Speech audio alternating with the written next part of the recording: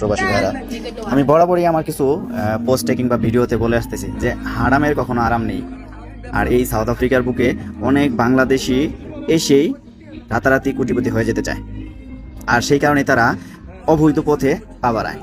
যেমন এই স্ক্রিনে যে ছবিটা দেখতে পাচ্ছেন, এই লোকটা গত 3 মাসে সে একটা দোকান থেকে ৭৯,০০০ র‍্যান্ড সে সরিয়েছে।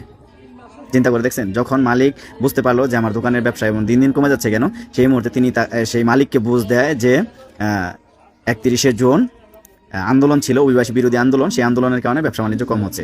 তো মালিক এক সময় তার এই কথাবার্তায় সন্দেহজনক বলে মনে করেন এবং তাকে চাকরি থেকে বের করে দেন। কিন্তু যেদিন সে চলে যাবে সেদিন 2টা বস্তায় এই টাকাগুলো এবং তার জিনিসপত্র কাপড় চোপড় মিলিয়ে তিনি পাশের একটি মসজিদের ইমামের কাছে নিয়ে রেখে আসে। এবং যখন সেই ইমাম সন্দেহজনক মনে করে মালিককে ফোন দিয়ে তার কাছে নেয়, আপনারা স্ক্রিনে ইমামকে দেখতে পাচ্ছেন পিছনে, সেই ইমাম যখন এই মালিককে ডেকে নেয় ফোন করে, তখন তারা তার এই ব্যাগ চেক করে সেখানে নগদ অর্থ সহ এবং 1 ভাউচার সহ মোট ৭৯,০০০ র‍্যান্ডের মতো তার কাছ থেকে পায়। চিন্তা করছেন, একটা মালিকের কাছ থেকে যদি কেউ একটা দোকান থেকে যদি 3 মাসে ৭৯,০০০ র‍্যান্ড সরায়, তাহলে সেই দোকানে কিছু থাকে না, সেই মালিকের কিছু থাকে। মালিক তো তাকে বিশ্বাস করে চাকরি দিয়েছিল।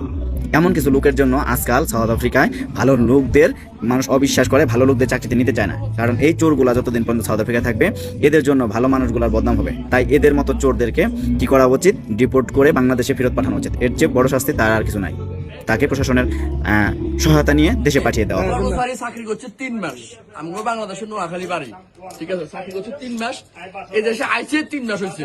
আমার প্রশ্ন হলো এটা যে এগুলো কে চুরি করে ভাই? এগুলো কে চুরি করে ভাই? সিগারেট কে চুরি করে?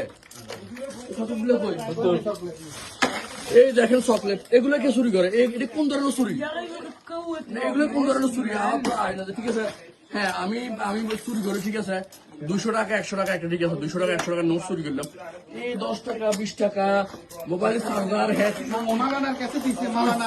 এখন হচ্ছে যে উনি আজকে চাকরি ছাড়া দিচ্ছে আজকে, তো ওনারা আজকে আমার বাস আসবে, উনি চলে যাবে, উনি মসজিদে নিয়ে এই ব্যাগ এটা তো না ব্যাগ, এটা মসজিদে নিয়ে দিয়েছে।